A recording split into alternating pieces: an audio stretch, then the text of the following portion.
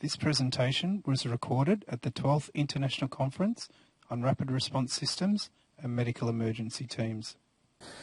About family and care at escalation, not least I can probably now talk from my own personal experience. If we talk about systems, and I guess we need to sort of increase the redundancy of systems, so if something bad happens, you don't get the Swiss cheese model effect that in the end something might not happen, but we try and build in multiple stops as to try and prevent patients from falling over. And you've obviously heard some that Bill has spoken about. But one system that I guess we have started to reach for is actually looking to the family and the carer to increase the buffering around our deteriorating patients. The reason for that is, firstly, you would hope at least, that the family and or carer knows the patient very well before they even got sick and got into hospital. So they know them best. So if they were to say something and they're saying it's different to what they were at home, then we need to actively listen and take notice, and sometimes we don't do that. The other thing that, of course, happens is that very often the family and carer is there much longer than the shift worker who comes in and out. The doctor is the perfect example. They just drop in, and usually when the doctor drops in, everything is fine. And then at 5 minutes they go away, everything's not fine. And a little like, when the nurse at the bedside is taking the vital signs, maybe things are fine then. But the family are there for much longer periods of time, and they can see what's happening over a much longer time scale. So subtle changes can be noticed by them much more so than the shift worker and the shift worker who doesn't see them all the time. So I think they could, if used appropriately, could be a very helpful buffer to our deteriorating patients and ensuring that they get the right treatment at the right time. Now, I'm sure there are many of us who have good examples of whereby a family escalation system would have been beneficial. And I've used this story a number of times, mostly because the mother of this child has been very helpful in not only ensuring that we have a better patient deterioration system, but has very much worked with us to put a system in place in Canberra whereby we have family and care escalation. And she, some years ago now, had a 17-year-old who, interesting enough, has now graduated to be a nurse herself, who underwent 22 medical reviews in 28 hours, and was sort of this clinical cycle of futility that Michael Buers will describe, whereby lots of things were happening, and Bill's alluded to this, but actually not the right thing. And it wasn't until the intensive care consultant reviewed the patient that the patient immediately got admitted to intensive care. And the mother says, do I need to ask for help before action was taken? And so she really identified that, in fact, she could be a useful trigger to get the right thing happening at the right time. And in my own case, I actually experienced activating a MET for my other half, who got a ruptured spleen from skiing, dangerous activity. And then, of course, had wife who completely didn't manage to recognise he had a ruptured spleen for about 5 days. And it's amazing how you can justify why he's looking pale. Tired, working hard, all sorts of things. And then when he did get more... Well, actually, no, I said he should go and see a real doctor. And so he had a CT scan. This is at day 5, and moderately ruptured spleen with some free fluid. And so I rang the trauma surgeon, and I said to her, gosh, should I be a bit more excited than, seeing the GP tomorrow? And she said, well, he's at the trial of life. I would be sending him home on day 5. I said, well, okay. But I rang my other half. I said, if you get any pain, you go straight to call 000. And he said, I could die from this. I said, yes, you could. And anyway, he got more pain, got admitted. And, yes, a little bit more bleeding. But thankfully, I was on intensive care by then. I said, I hope they don't admit us to the intensive care unit. But, of course, I should be saying, yes, you should come to the intensive care unit. And, of course, next morning I was doing a handover at about 6:30. I called and said, do you want anything? Being the dutiful wife. And he said, oh, yes, bring my papers and the highlighter pen. I go, okay, so you must be fine. So I walk in, and the first thing and I was just about to put something down, and I thought, oh my God, you're exsanguinating. And I thought, I said to the nurse, you need to call it for a Met. So I guess I had knowledge, but it was very odd being on the other side. So all I can say, as a receiver of the Met, good stuff. It was in theatre in 20 minutes. Anyway, I digress. So there are obviously local cases and there are national and international cases that have driven change. In Western Australia, there was a case whereby the coroner reviewed, whereby the coroner then stated that if the family had been listened to, then maybe appropriate action would have been taken and that you may have had a different outcome. At Johns Hopkins, where I was for a little while, certainly there was a very famous story, and I'm sure many of you have heard the story about Josie King, who was a little girl, 18 months old, and effectively who had been burnt, but effectively died of overwhelming central line sepsis. And probably from that case, two major things have happened. You know, Peter Provost got on the checklist for central lines and has radically changed the way we look at inserting central lines and decrease morbidity and maybe mortality. But also, as a result of her death, her mother has been very powerful in changing practice in terms of allowing family escalation and the condition H. And I think at Pittsburgh you had the condition H there, and is promulgated throughout the United States. So a very powerful story, which then allows a system to be put in place using family escalation. And of course, from there, you know, many national and international centres have taken up family escalation pathways.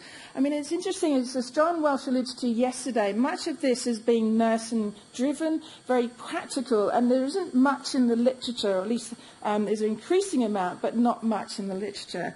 One of the ones that I certainly was aware of when we were about to set up our family escalation in Canberra was one of the few around the world that you would hear about, and this is from Royal Berkshire with Manny O'Dell, the call for concern, whereby families can call for critical care outreach team.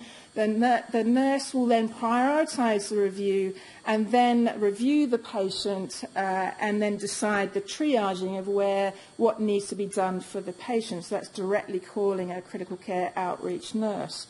There was a pilot literally looking just at intensive care discharge patients, and certainly there were a number of calls that were related to clinical deterioration and would have prevented harm.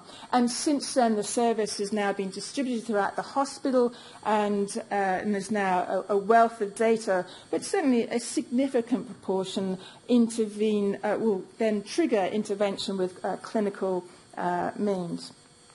In Australia, there are a number of places these days that have family escalation pathways.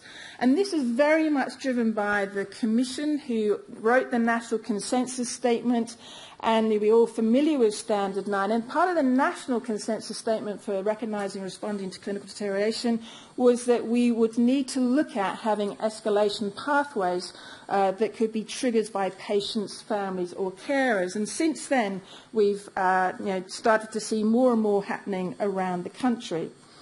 New South Wales has got the REACH program, which is a gradated approach to family and patient escalation, whereby you are encouraged to speak with the local team, the nurses at the bedside, and then you can start to request a further review if you are unhappy with the response.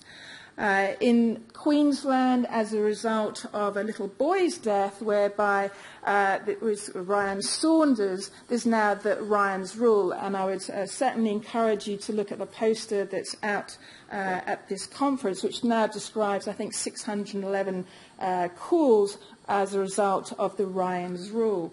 And in Ryan's Rule, it's a stepwise process again. It's that you talk to the nurse or doctor about your concerns. Again, if you're not satisfied, you talk to the nurse in charge. And then if you're not satisfied by that, then you can obviously call a number for Ryan's Rule clinical review. So then again, it's triage to determine which is the best pathway for your concern. And as there is, as I say, out there is a poster whereby there are 611 calls, 45% require clinical intervention, but 55% are non-clinical issues, which are mostly related to communication. And I guess that's what we're all facing, is that you put in a 24/7 service, and that's the only 24/7 service that you seemingly can call in the hospital, and suddenly you became the hotline for complaints.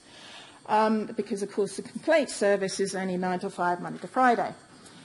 So much of the work, certainly I think Queensland and New South Wales rang us in the ACT, who had started this pathway a little earlier. So in 2000, I think sort of 8 or 9, when we'd really rolled out our patient deterioration system that used a hospital system, we started to look elsewhere of how we could increase the buffering.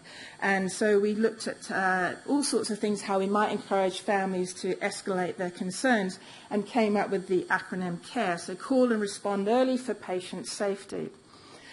It's a stepwise process. We're trying not to upset the home team, so you ring the home or get the home team first, and whether it be the nurse and then the doctor. If it's not the nurse in charge, there's a step 2, and then the step 3 is call this number, which is 24/7. And that phone number is held by a MET nurse or a skilled out-of-hours senior nurse who can then start to triage as to where the best pathway is for the patient and family. Over the course of 2 years, we've collected data, and our data will seemingly be low in terms of patients' need for clinical intervention. So you can see 12% and 9% of our calls. We are also not overburdened with the number of calls, but many of the calls are related to communication issues and complaints, and we're trying to look at how we best improve this pathway. I think when we finally speak to the families on the wards as to whether they were aware of the system, I would say about 40% are. So we certainly have an issue with education of the families and carers, and I'm sure people who get admitted to hospital have a whole wodge of pamphlets to get through, and certainly that one is not prominent and certainly not promulgated by our home team. But we will see that they're not upset to call for help if they need to.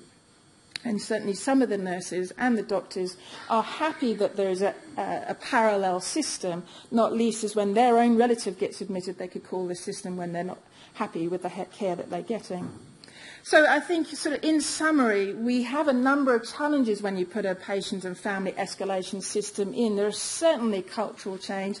I mean, there was pushback when we started to put our system in the ACT, but again, it's trying to work with the nurses and doctors and ward and saying, well, if their concerns are not being listened to, would you not want yourselves to have a pathway that would be separate?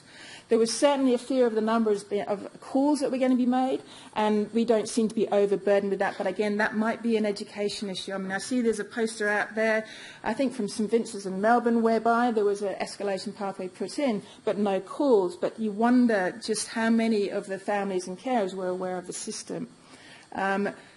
We need to ensure it's a 24/7 system so that we know that patient deterioration occurs 24/7. And certainly from our own point of view, over the last 12 months, we've done a massive overhaul of our care system to see if we can increase the number of calls that are relevant to clinical intervention and make sure that our patients and families are aware that there is a system in place. So I think we need a bit of marketing and communication and education in line with what we have already. And then there's a sort of small practical issue of the phone, who has it, and is it handed over appropriately. So just to, finally, is our brochure that now we have, which this is only the first time I've seen it because I got them to email it to me last night. Thank you, Nicole. But what we have included, I don't think it's large enough. I've seen brochures for both Queensland and Berkshire that it's much larger. This is not a complaints hotline. Thank you.